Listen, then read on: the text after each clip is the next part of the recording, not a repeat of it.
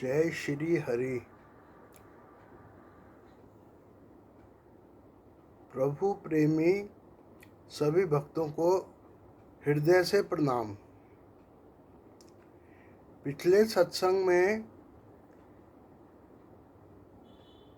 समापन से पहले हमने कर्म के ऊपर चर्चा की थी कि भक्ति करने वालों को संसार और कर्मों के त्याग की जरूरत नहीं है, कोई संन्यास नहीं लेना है, बल्कि कर्तव्य कर्मों को करते रहना है।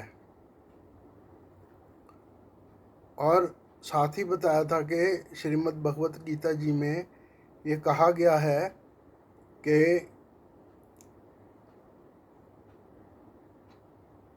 कर्तापन का अभिमान खत्म करना है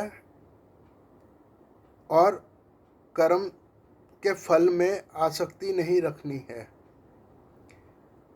अभी इस सत्संग में हम इसी श्रृंखला में कर्म के ऊपर चर्चा करेंगे। कर्म क्या है, कर्म किसे कहते हैं? मन, बुद्धि, वाणी और शरीर के द्वारा की जाने वाली क्रियाओं अथवा कार्यों को कर्म कहते हैं।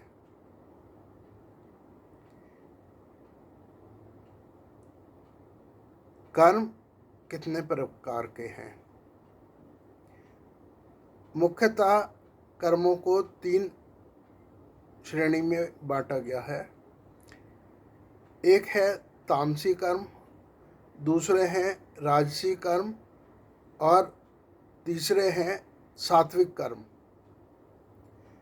इन तीनों से अलग भी एक श्रेणी है जिसको हम कहते हैं निष्काम कर्म।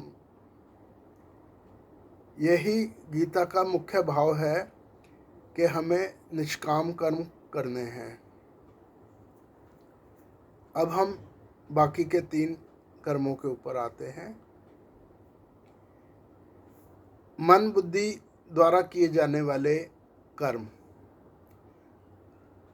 जब हम मन ही मन में किसी का अच्छा या बुरा सोचते हैं तो वो मानसिक या मन के कर्म कहलाते हैं। जब हम वाणी के द्वारा किसी का अच्छा या बुरा करने की बात करते हैं तो वो वाणी के कर्म कहलाते हैं। जब हम शरीर के द्वारा, बल के द्वारा किसी से संबंधित अच्छे या बुरे कर्म करते हैं तो वो शरीर के कर्म कहलाते हैं। जो कर्म सात्विक, राजसी और तामसी प्रकृति के हैं वो सभी फल देने वाले होते हैं। समय के अनुसार इन तीनों प्रकार के कर्मों के फल जरूर मिलते हैं। अब कर्म फल पर आते हैं। कर्म फल भी 3 प्रकार से मिलते हैं। एक, जो कर्म करते ही कुछ ही समय में त्वरित रूप से मिल जाते हैं, यानी कि जब हमने कर्म किया उसी समय, कुछ दिन में, कुछ महीनों में उसका फल हमें प्राप्त हो जाता है। वो त्वरित फल कहलाता है। मध्यम काल में मिलने वाला फल वो है जो कुछ सालों में या इसी जीवन में किसी भी समय पर कर्म के कर्ता को प्राप्त होता है। एक तीसरी प्रकार का फल है जो हमें तत्काल भी नहीं मिलता और इस जीवन में भी नहीं मिलता, वो हमें अगले जीवन में प्राप्त होता है। उसे हम प्रारब्ध कहते हैं। जन्म जन्म से ये प्रारब्ध कर्ता के साथ घूमती है।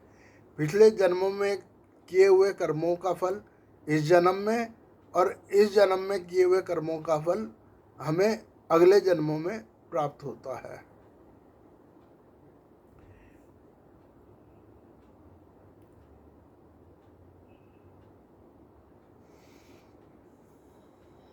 अब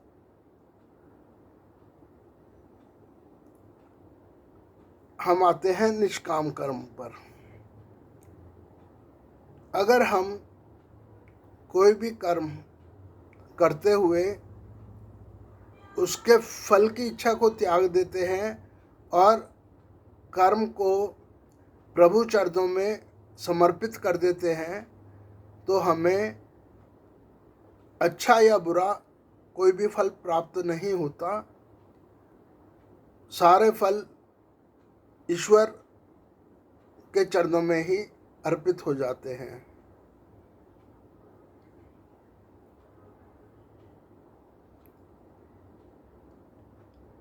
प्रारब्ध के बारे में कई लोगों को संशय होता है, तो इस विषय में आप देखेंगे कि जब प्राणी, कोई भी जीव जन्म लेता है तो हर जीव का प्रारब्ध अलग अलग होती है। कोई गरीब के घर में पैदा होकर भी, सड़कों पर खेल के भी अपनी मेहनत के बलबूते पर बड़ा व्यक्ति बन जाता है, तो कोई चांदी का चम्मच लेकर राजमहलों में पैदा होकर भी जीवन में कामयाब नहीं हो पाता। ये सब उसकी पिछले जन्म के कर्म फलों की प्रारब्ध की वजह से होता है। किसी भी एक सेठ के घर में अगर 4 पुत्र हैं तो चारों पुत्रों की प्रारब्ध एक सी नहीं होगी, सबकी अपनी अपनी प्रारब्ध होगी। उसी के अनुसार वो जीवन यापन करेंगे। दुख सुख सबके अलग होंगे, परिवार का मान सम्मान सबका अलग अलग होगा। सब चीज़ें प्रारब्ध के अनुसार ही निहित होती हैं। तो कर्म का फल सबको, यहाँ तक के भगवान को भी अपने किए हुए कर्मों का फल भोगना पड़ता है। कहते हैं कि राजा राम को भी अपने कर्मों की वजह से, अपनी प्रारब्ध की वजह से ही वनवास गमन करना पड़ा था। तो कोई भी कर्म करते हुए हर प्राणी को, हर जीव को सचेत हो जाना चाहिए कि कर्म फल से वो नहीं बचने वाला है। तो कोई भी कर्म ऐसा ना करें जिससे भविष्य में दुख या परेशानी का सामना करना पड़े। इन्हीं वचनों के साथ में आज का सत्संग हम समाप्ति की ओर ले जाते हैं। जय श्री हरि, प्रणाम।